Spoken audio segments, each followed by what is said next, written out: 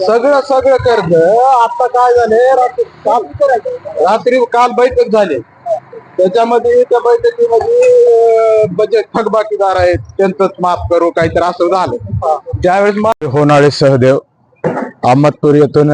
विधान भवनाकडे शेतकऱ्याच्या विविध मागण्याच्या संदर्भात विधान भवनाकडे जात आहे. एकटेच पायी चालला हो एकटाच चालत काय नेमकी संकल्पना काय पाठी याच्या पाठीमागे कसं आहे या राजकारणातल्या लोकांनी समाजकारण किंवा शेतकऱ्याच्या बाबतीत कोणताही निर्णय घ्यायचं म्हणलं की त्याचं राजकारण सुरू केलेलं आहे. शेतकऱ्याला काही दोन पैसे द्यायचे म्हणलं शेतकऱ्याचं हक्काचं घामाचं दाम द्यायचं म्हणलं की ते द्यायला तयार नाहीत. आता परवाच विधानसभेच्या निवडणुकीत त्यांनी घोषणा का पाऊस केला त्याच्या अगोदर त्यांनी 1 रुपयाचा विमा चालू केला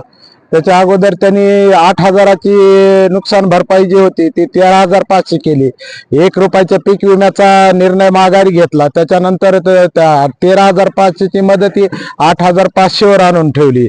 आणि विम्याच्या बाबतीत जे वर्षभरामध्ये आपल्याला 17 ट्रिगर होते ते सुद्धा बंद केलेले आहेत म्हणजे डायरेक्ट कापणी प्रयोगाच्या आधारावर आपल्याला विमा मिळणार म्हणजे त्याचं काय ते सदा म्हणजे कंपनीच्याच भल्याचे निर्णय आजपर्यंत 2019 पासून कापणी प्रयोगाच्या आधारावर एकाही शेतकऱ्याला विमा मिळाला नाही. एकटे जे नांगर घेऊन चालला पाठीमाग काय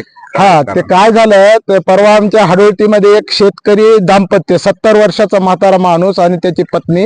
दोघेजण मिळून खांद्याला जूळ अडकवून दुंडे हाणत होते. तो फोटोच व्हिडिओ व्हायरल झाला आणि विधान भवनात चर्चा झाली की बाबा एका शेतकऱ्यानं म्हणजे स्वतःच्या खांद्यावर जूळ घेऊन नांगर ओढला ते दुंडे हाणले तर त्याला मदत करायला पाहिजे. सहकार मंत्री कृषी मंत्री यांनी त्याला फोन केले आणि तुमचं कर्ज माफ करू. मी त्यावेळेस एक प्रश्न सोशल मीडियावर विचारला की बर प्रत्येक शेतकरी जर खांद्यावर नांगर घेऊन ओढणार असेल आणि हे सरकार जर त्याला कर्ज माफ करणार असेल तर मीच विधान भवनावर नांगर घेऊन येतो म्हणून मी या ठिकाणी निघालेलो आहे.